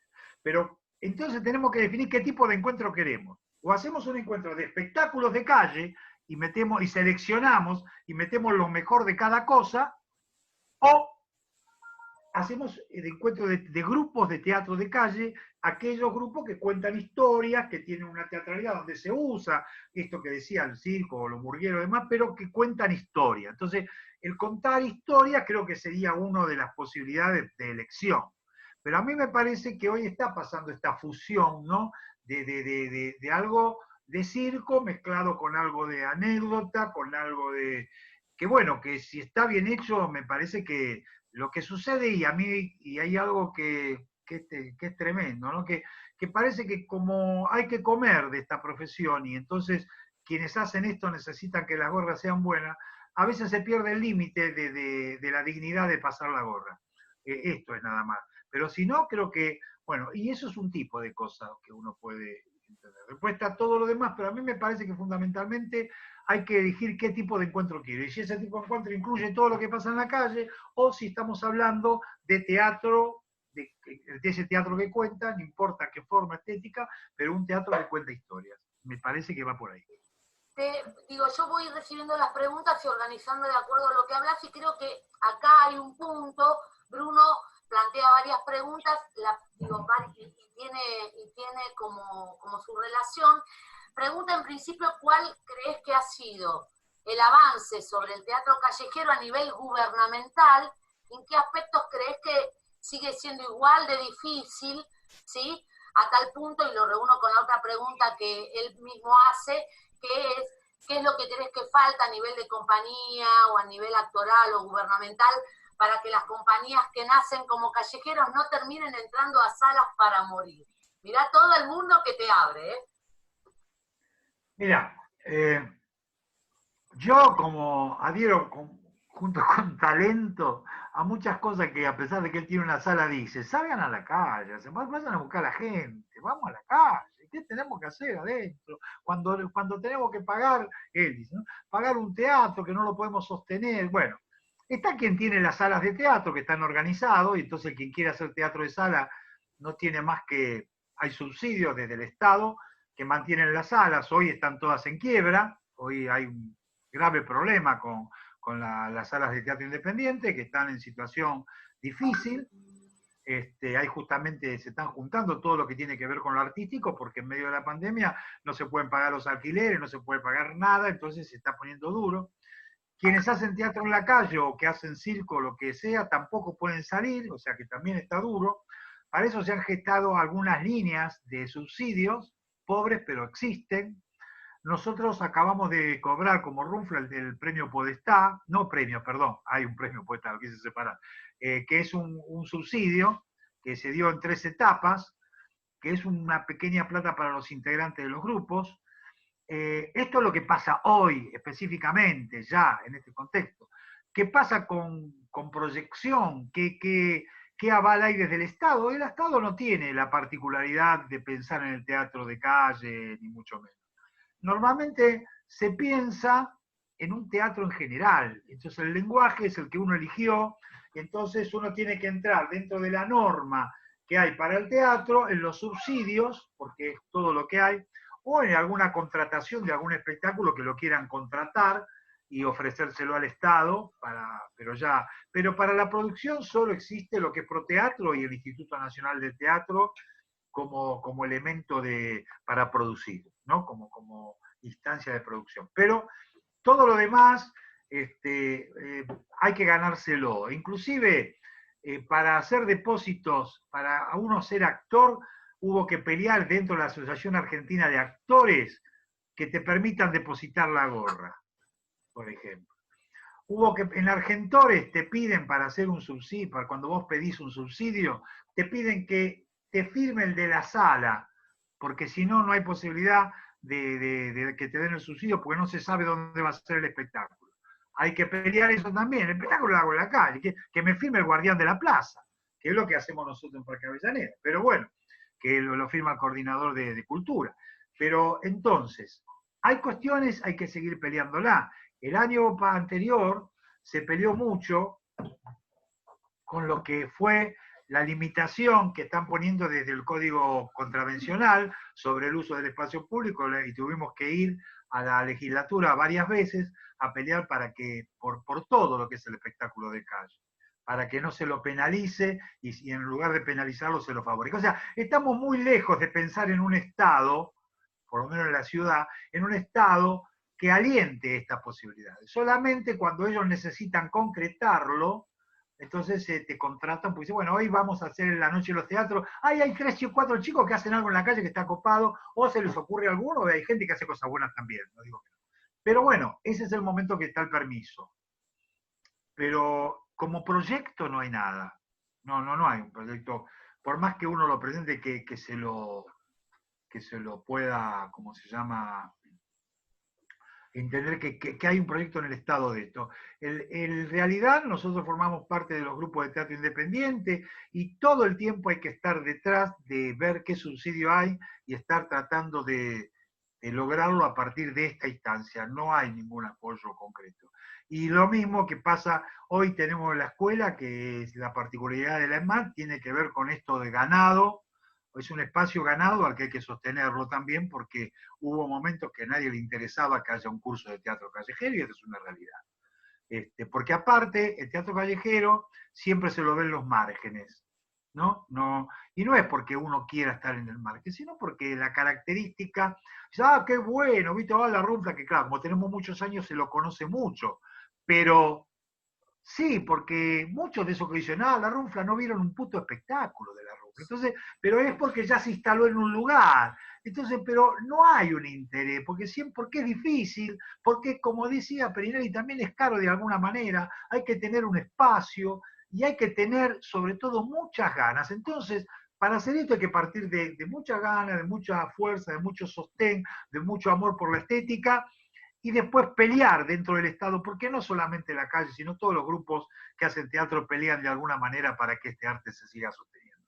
No somos los excluidos, no, creo que todo el mundo hay una situación difícil para el teatro hoy, y hay una situación en particular para este teatro que, entre comillas, nos da prestigio. Justamente en el marco de esto que describís, ¿sí? Jorgelina te pregunta con qué criterio se eligen las obras a montar o qué contar, y si al momento de elegir, ¿no? Pensás en el espacio, pensás en el espectador, digo, ¿no? Como director de teatro callejero. Personales. Bien, hay cosas que son determinantes para la calle. El espacio es una, pero vos decís, y sí, está todo, el espacio abierto.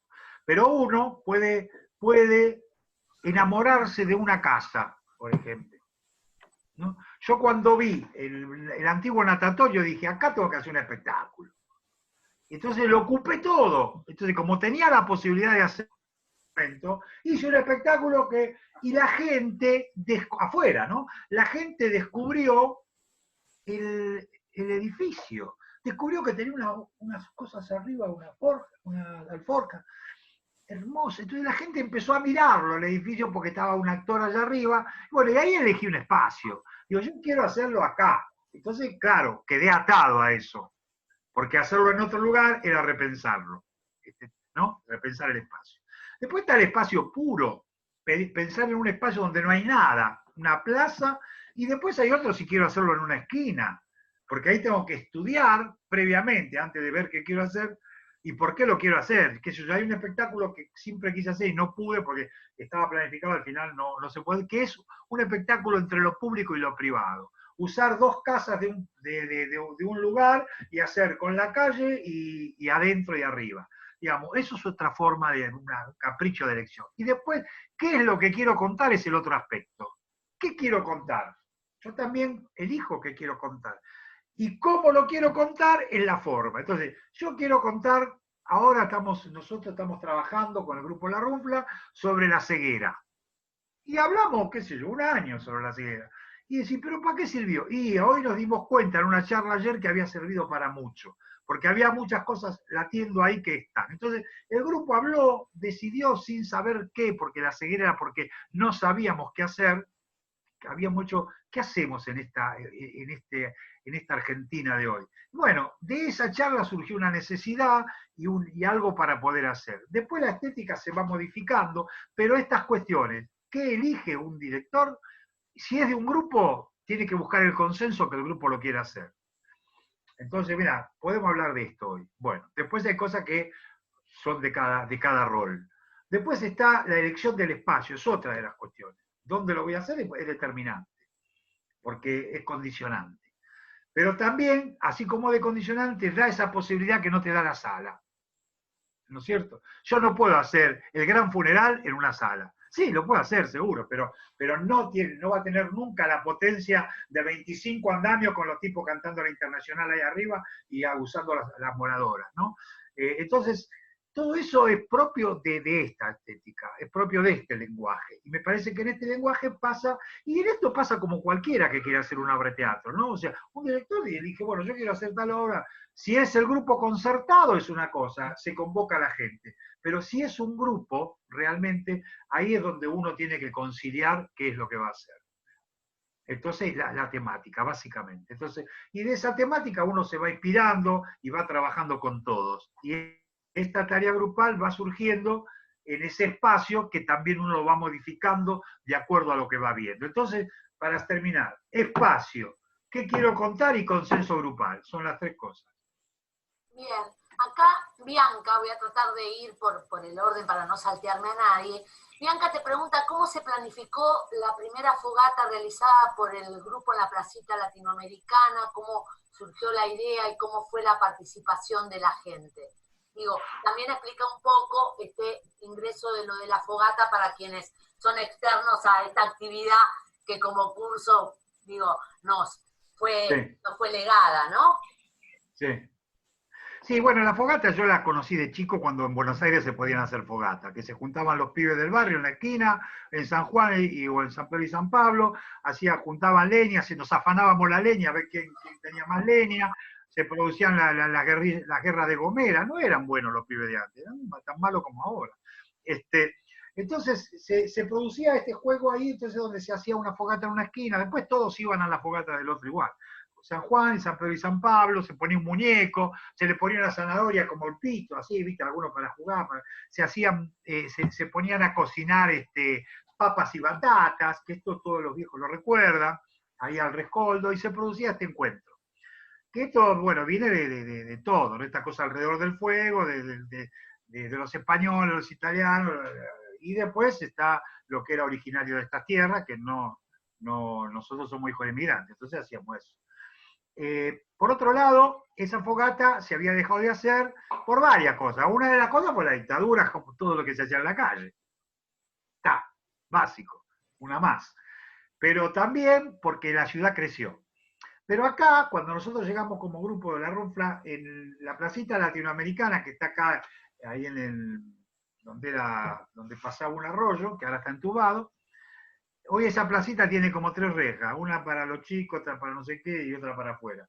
Bueno, había un grupo de la parroquia de Nuestra Señora, ¿cómo se llama? De los Remedios, que es la que está en el parque, esa virgencita que está en el parque, que fue una iglesia que tuvo muchos curas desaparecidos y siempre tuvo un carisma más popular. Y la agrupación peronista Unidos o Dominados. Y el CESAB, el Centro de Estudios Sociales de Actividades Vecinales de Parque Avellaneda, que ya había empezado a trabajar sobre el trabajo sobre el parque, ¿no? O sea, qué hacer en el parque que estaba destruido en aquel entonces. Entonces, eso era 1993, se juntó, se hacía esa fogata con choripán ahí, por supuesto, no hay ningún peronismo sin choripán, entonces los muchachos hacían el choripán, estaba el CESAB, y estaba la parroquia, y estaba la gente, y se hacía la fogata. Y nosotros hicimos algo que podía tener que ver con la convocatoria.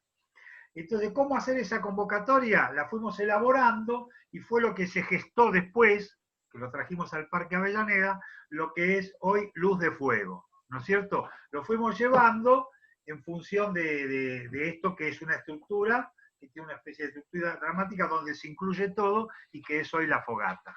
Así hicimos 2 fogatas ahí en Latinoamérica y después la trajimos al parque y creo que algunas se siguieron haciendo más ahí en la placita, pero ya la gran fogata pasó a ser de Parque Avellaneda. Bien, acá Amanda, ¿sí? Siguiendo el orden, Amanda dice, preguntar por ese momento que vos nombraste al comienzo donde el teatro se encierra, entendiendo que el teatro griego era un anfiteatro, luego en la Edad Media pasa a la plaza, el Renacimiento se hacía en establos, ¿sí? Luego la aparición de las salas, digamos, de las salas de teatro público. Desde ese relato histórico, ¿cómo podría señalar un momento en el que teatro ingresa a la sala y en qué se diferencia del teatro al aire libre o callejero? O sea, digo, conviven ambas cuestiones, pero lo que te pregunta es si tuvieras que volver a poder plantear en términos concretos cuál es la diferencia fundamental entre el teatro de sala y el teatro callejero. Bien, la diferencia fundamental en teatro de sala y el teatro callejero no es fundamental. Hay variantes. El teatro es siempre teatro. Adentro de una sala, en la calle, arriba de un techo de una casa. La diferencia que existe para mí, por lo menos, tiene que ver, por un lado, con lo que sabemos con la interrupción de la vía de comunicación. Para eso hay que tener una técnica. La diferencia que está es que es un teatro para todos y todas y todes. Es un teatro donde uno entra y sale cuando quiere.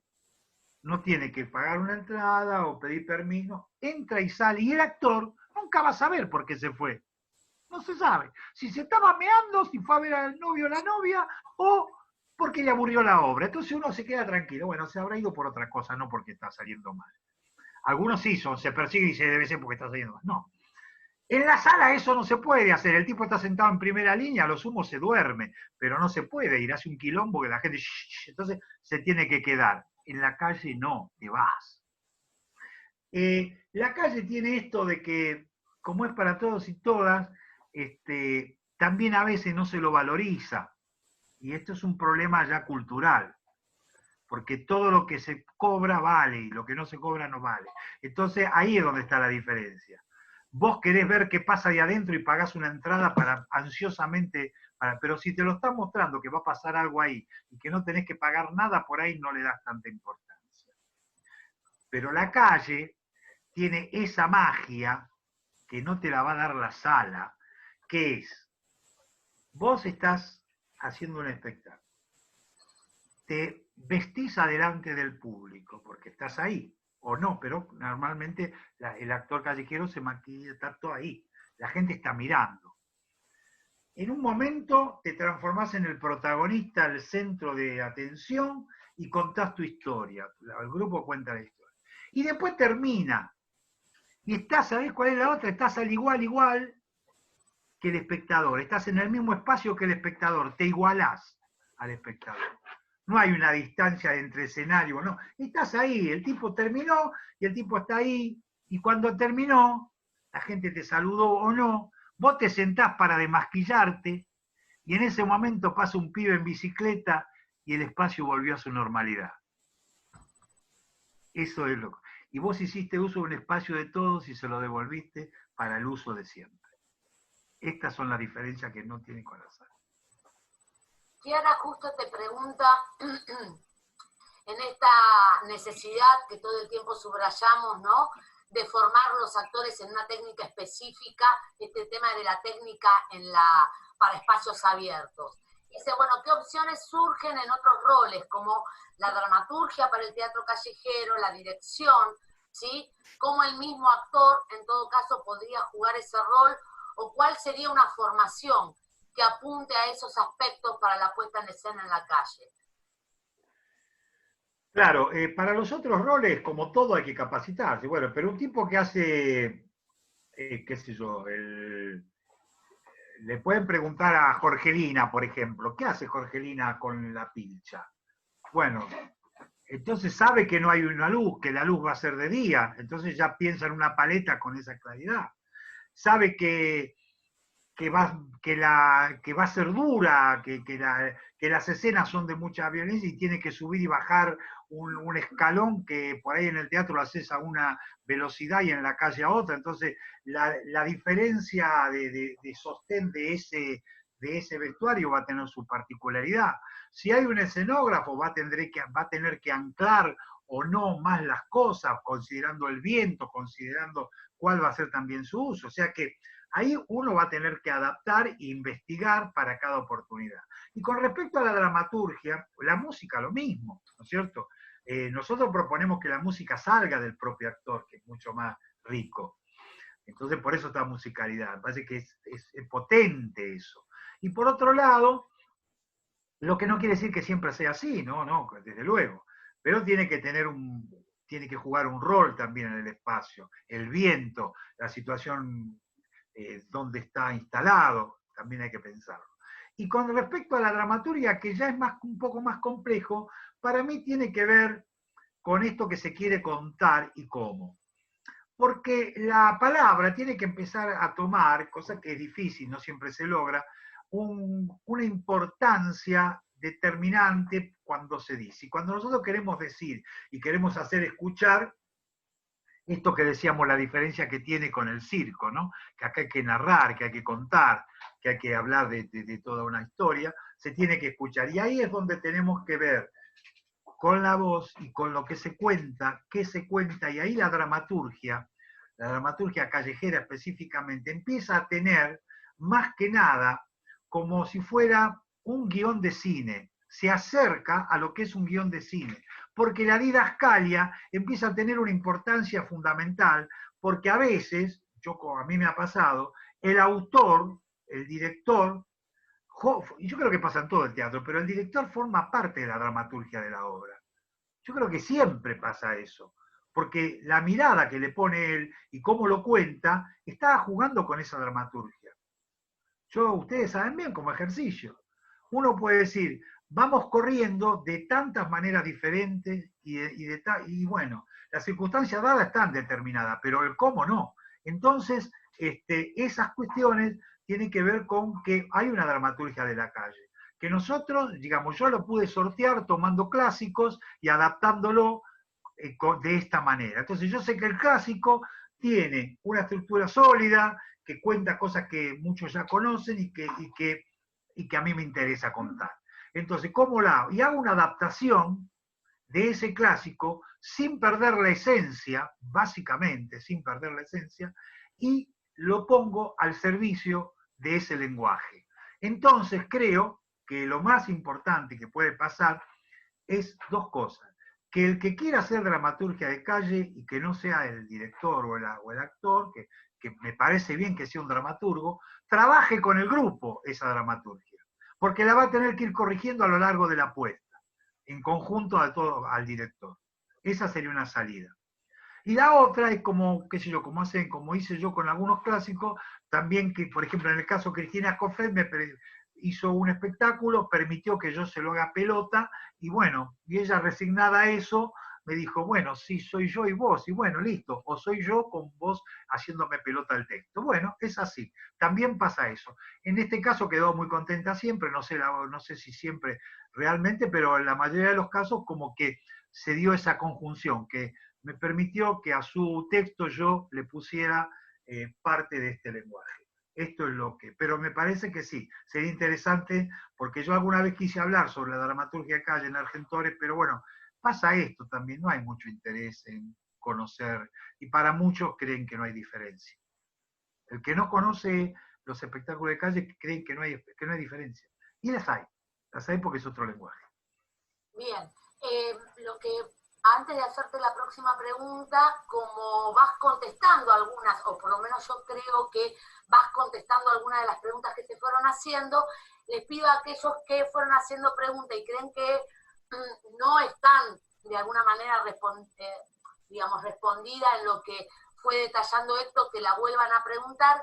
Mientras tanto, acá Candelaria pregunta cómo se llegó a hacer en el Parque Avellaneda el espacio para dictar, ¿sí?, el curso de formación de actuación en espacios abiertos. ¿Cómo fue la lucha, ¿sí?, la insistencia?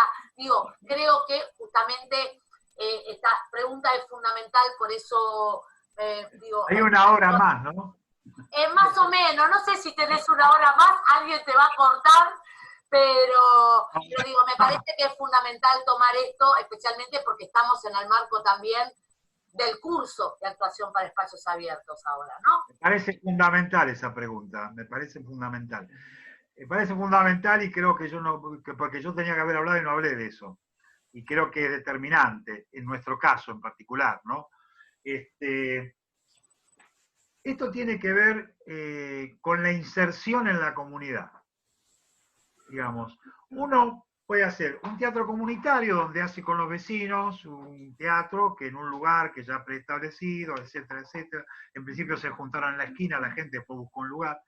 Pero también cuando uno tiene un colectivo, quiere armar un colectivo, un grupo, tiene que ver dónde va, tiene que, y digamos, y dónde va significa esto, cuando hoy lo cité 3 veces a Perini y decía que es un teatro muy caro, es por esto, porque tenés que tener un lugar donde guardar las cosas, se supone que en principio lo llevas a tu casa, como hicimos todos, o le pedís un lugar prestado a alguno, ¿no? Empiezan a pasar estas cosas. Entonces es difícil. Entonces nosotros, al internarlo en una comunidad, la comunidad que me permite establecer un vínculo en donde yo puedo ver todo el arte que pasa ahí. Porque no hay teatro callejero como única cosa en un barrio. Es más, no hay teatro callejero. Pero quiero decir, entonces ahí hay un espacio que es de todos, que era el parque y que estaba abandonado. Entonces nosotros llegamos, con esto que yo les había dicho, el CESAB, el Centro de Estudios Sociales y Actividades Vecinales, y empezamos a recuperarlo. ¿Y cómo lo hicimos? A través de un espectáculo, contándole a la gente cómo era ese lugar. Entonces ahí nos vinculamos, hicimos una inserción barrial. Esa inserción barrial tuvo un proyecto cultural en que nosotros participamos. En ese proyecto cultural se estableció que uno de los actores, es más, La Runfla fue el primer, ¿cómo se llama?, actor cultural solidario del parque, allá por los 90. Entonces, ¿por qué? Porque empezamos a trabajar junto con la comunidad porque este lenguaje nos permitía hacerlo. Pero también nos llevaba un tiempo, nos ocupa un tiempo social que no es siempre artístico y que es ese tiempo de cierta militancia por el arte que tenemos que tener. Porque si no, no hay forma de conseguir un lugar. Si no, la otra está, bueno, yo pertenezco a un lugar, caigo, está bien, caigo en una plaza, la hago y me voy, está bien, es una forma.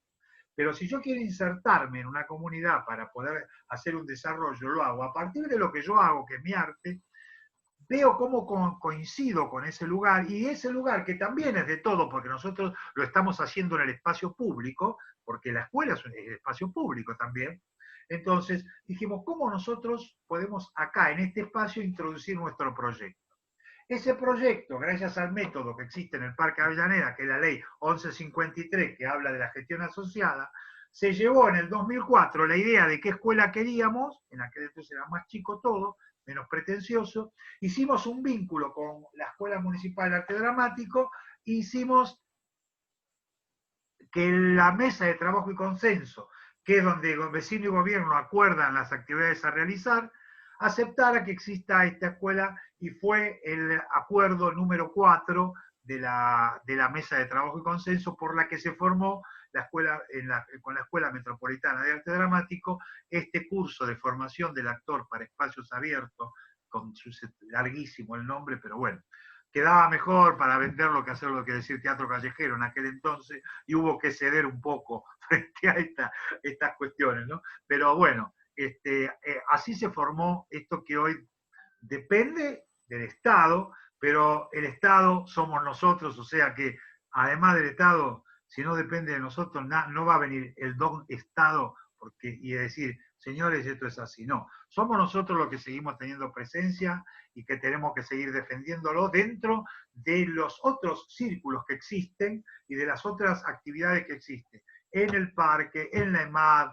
Y entonces, y esto nos exige una participación más comprometida para poder llegar a sostenerlo. Esto es de todo, es gratuito y es público, no es poca cosa. Pero para ser gratuito y público, somos nosotros los responsables para sostenerlo, no hay otro. Bien, como estamos llegando, rodeando el cierre que nos prometimos, ¿sí?, en los encuentros, y esta serie, este es el inaugural de una serie de encuentros que van a ir hasta, por lo menos hasta noviembre. Lo primero que, como moderadora, quiero decir a todos los que estamos en este encuentro, es que tanto en Instagram por @emadteatro callejero, tanto en el canal de YouTube, ¿sí?, mismo en el chat pueden, ¿sí?, copiar todos los enlaces que le hemos pasado para poder hacer el seguimiento a todos los interesados en conectar con nosotros por fuera ahora mismo del encuentro, hacer el seguimiento, ver, ¿sí?, la posibilidad de cuándo son los próximos encuentros y en qué horarios. Sí, sí. Y lo que, digo, para no dejar de tener el contacto. Acá Nadia pregunta algo, ¿sí? Que dice, si se podía pensar el teatro callejero en las redes sociales. Dice, ¿podría convivir la esencia del teatro callejero fuera de la calle? Ella dice que considera que sí, pero que quiere escuchar tu opinión. Y te lo dejo a vos porque, digo, yo tengo la mía, pero no es el espacio. No, repetímelo, repetime la pregunta. Dice, la inclusión del teatro callejero, dice, ¿consideras posible y relevante la inclusión del teatro callejero en las redes sociales? ¿Podría convivir la esencia del teatro de calle fuera de la calle? Para mí el teatro no puede hacerse fuera del teatro ni de la calle. Para mí pasa lo mismo con el teatro de sala. No, las redes sociales son un lenguaje en sí mismo. Entonces, como son un lenguaje en sí mismo, hay que adaptarse a ese lenguaje y entonces no será ni teatro callejero ni teatro. Es algo virtual, nuevo, a lo mejor, donde se utilizan herramientas del teatro y a lo mejor esto para que sea callejero, que yo te lo filme en una terraza y me voy y digo, mira, hago teatro callejero y ahora salgo con esto, con este aparato, no porque está enchufado, pero saldría. Entonces me pongo ahí, te cuento ahí una historia y bueno, ahí está, esto es callejero, es espacio abierto, o lo mismo con el teatro que estamos viendo hoy, que son de obras hechas en teatro, pero las anestesias no existe ahí. Esta cuestión elemental del teatro no se produce. Entonces, es otra cosa que no es teatro callejero ni es teatro. Esto es lo que yo pienso. Bien, acá Lore insiste, y está muy bien que me lo haya hecho, ¿sí? En algo que había preguntado sobre la posibilidad, vos hace un rato hablabas del público y de la masividad en la charla, ¿no? Dice, la posibilidad de la masividad en el teatro callejero, sobre la relación entre Estado y teatro de calle, ¿sí? Y esta cuestión de, digo, en el teatro de calle, esta cuestión de hablar de la masividad es algo al menos extraño, porque uno no tiene control sobre el que se acerca, ¿no? Entendí. La masividad hablo en cantidad, lo masivo como gran cantidad, o sea, vuelvo a la organización negra hizo su primer espectáculo en el Obelisco y había cuánto, no sé, había 15.000 personas, 20.000, era masivo. Y era bueno el espectáculo también, por lo menos impresionante. Tenía lo esto que hablábamos, que decía Hoffman del circo, ¿no? Esto de la emoción, del vértigo, toda esta cuestión que es bárbaro. Pero es ese teatro, es un teatro que tiene que ver más con el circo, que tiene que ver más con el espectáculo visual y de sensaciones, no de cuento. Por ahí se puede creer que se contaba algo también, yo no digo que no, pero me parece que cuando yo me hablo del teatro callejero de la palabra, ya le estoy poniendo un condicionamiento. Y también no soy partícipe del uso de la técnica amplificadora, no, digamos, como es el inalámbrico. Yo creo en ese teatro orgánico, con esa voz y ese cuerpo que llega desde lo más primitivo y de lo más puro entre dos personas, y eso tiene un límite para algunas cosas, por ahí para otras no, se puede introducir que sea más grande en cuanto a cantidad. A nosotros nos pasó concretamente, como ejemplo, con Drácula, que la primera noche, que era a las 4 de la mañana, no esperábamos que vengan 400 personas. Y entonces todo estaba pensado para esa cantidad de gente, porque había algunas cuestiones aéreas, había círculos grandes, pero cuando llegamos a una de las escenas finales, que era entre dos árboles y una gran puerta, ahí la gente se amontonó y no todo el mundo lo pudo ver, porque yo no había pensado para esa cantidad de gente. Entonces, una cosa es la cantidad y otra cosa, y cuando yo en ese momento hablé de masividad, y otra cosa es las posibilidades que da la cantidad de gente. Pero la cantidad o la masividad no tiene, cuando yo la hice mención antes fue porque no tiene que ver con lo popular, dije. O sea, algo puede ser popular, bueno y masivo, o algo puede ser popular, no puede ser masivo y malo, y por eso no siempre es popular. O sea, cuando hablamos de teatro popular, yo me refería a un teatro donde que el pueblo lo entiende, que al pueblo le gusta y que es artístico, que tiene una propuesta, que tiene una cierta poética, por lo menos. ¿No es cierto? Diferente de lo masivo, donde digo, bueno, cuando decía yo, por ejemplo, en el parque se hacen espectáculos. Te manda el gobierno te manda a medir la cantidad de gente que hay. No le importa si es bueno y malo, miden la cantidad de gente. Entonces, bueno, si yo quiero medir la cantidad de gente, ponemos el baile del caño, que hoy nos mataría el feminismo, estaría bárbaro, pero ponés el baile del caño como se ponía en la tele y se llena, ¿entendés? Entonces, mirá qué éxito que tuvo. ¿Cuál es el éxito? Entonces, cuando hablamos de lo masivo, hablo de eso. Una cosa es tener en cuenta qué hacemos, no para qué, ¿no es cierto? No sino cómo, qué quiero comunicar. Entonces ahí aparece inequívocamente lo ideológico y lo artístico. Bien, otro de los puntos, digo, ese es uno de los puntos. El otro punto tiene que ver con, te lo voy a leer, dice, ¿sería polémico crear espectáculos absolutamente bancados por algún estado, sea provincial, municipal, nacional, o lo crees válido? Es decir, ¿habría algo que se pierde perdiendo la gorra y la autogestión? Mira, si viene Coca-Cola y me pone la guita para que yo tenga un grupo y haga lo que quiera, no me queda otra dentro del capitalismo de que le voy a poner Coca-Cola. ¿Qué me importa?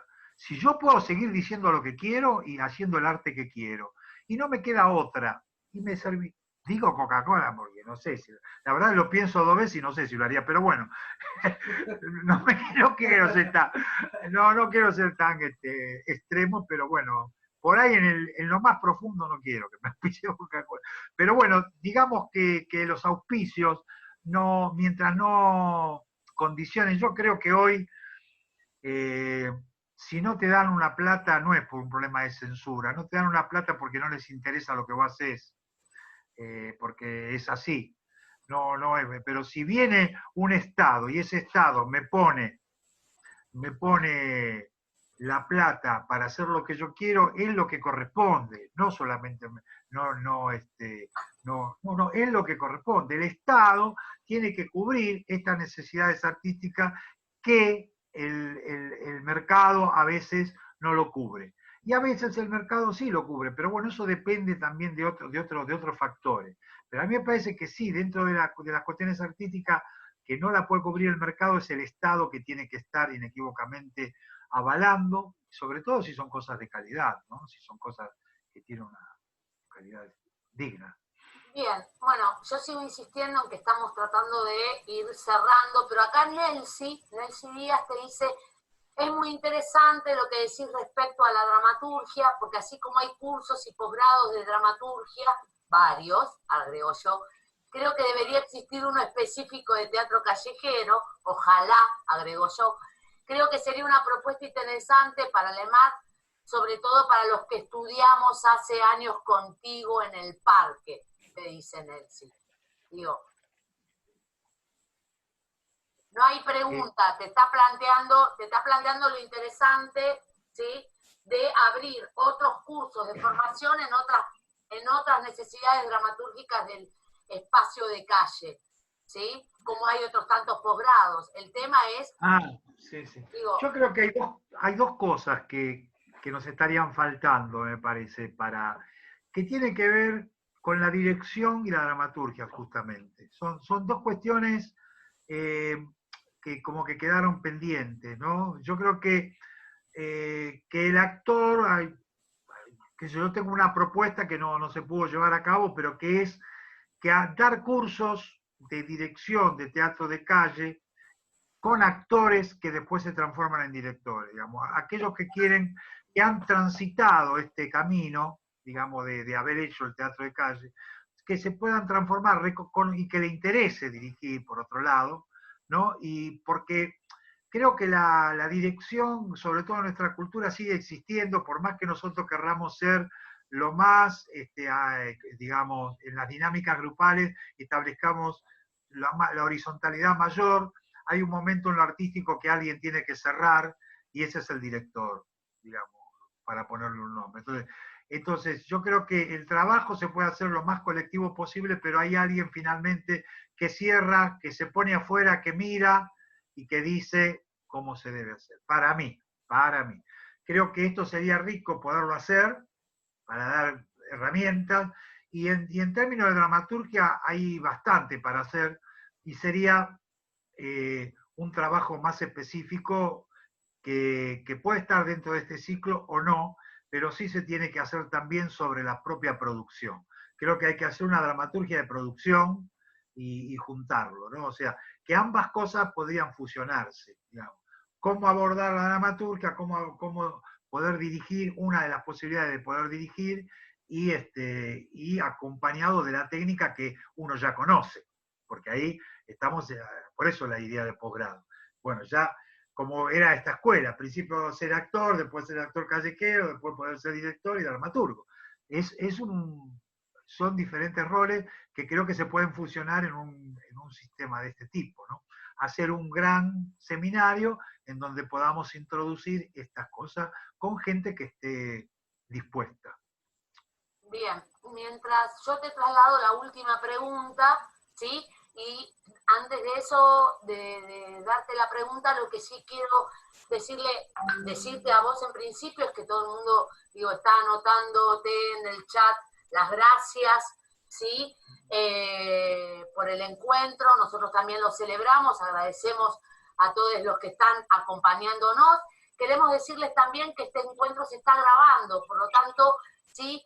Va a aparecer en todos los canales, en los links que le estamos colgando en el chat, en todos los lugares. Basta que ustedes arroben, ¿sí? Teatro Callejero, el más Teatro Callejero, para que les pueda aparecer, y este encuentro va a estar subido tanto en YouTube como en todos los espacios que tenemos en común.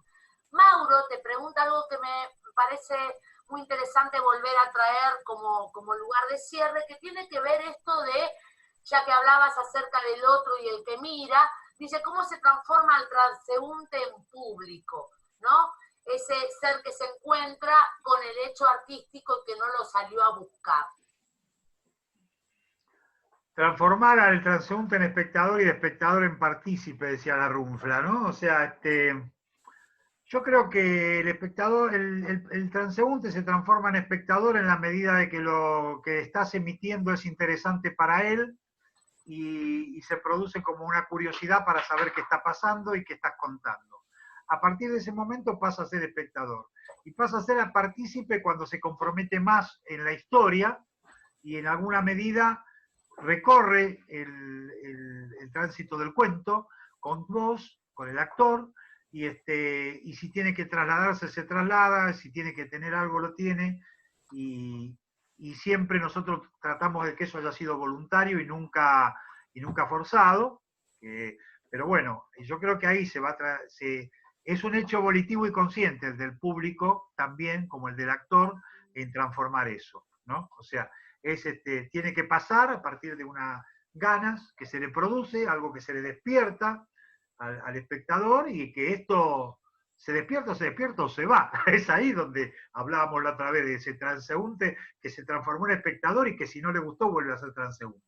Y esta es la libertad que ofrece. No pasa en el teatro, como decíamos recién. Pero bueno, ahí es donde se transforma en espectador el transeúnte, y creo que en partícipe, que es lo que yo le agrego, es cuando está muy comprometido con el cuento. Bien, bueno, llegamos, creo que al cierre de este encuentro, en principio para dejarnos el deseo de seguir pensando juntos, ¿sí? Agradecemos a todos los que estuvieron a lo largo de este primer encuentro inaugural, de encuentros que van a seguir al menos una vez al mes. Tienen las direcciones para seguir contactando. Gracias a todos, en principio también gracias al maestro que inauguró este espacio, que organizó el curso de actuación para espacios abiertos, gracias a los compañeros para tenerme la confianza de darme la posibilidad de moderar, ¿sí? Los dejamos libres a todos, ¿sí?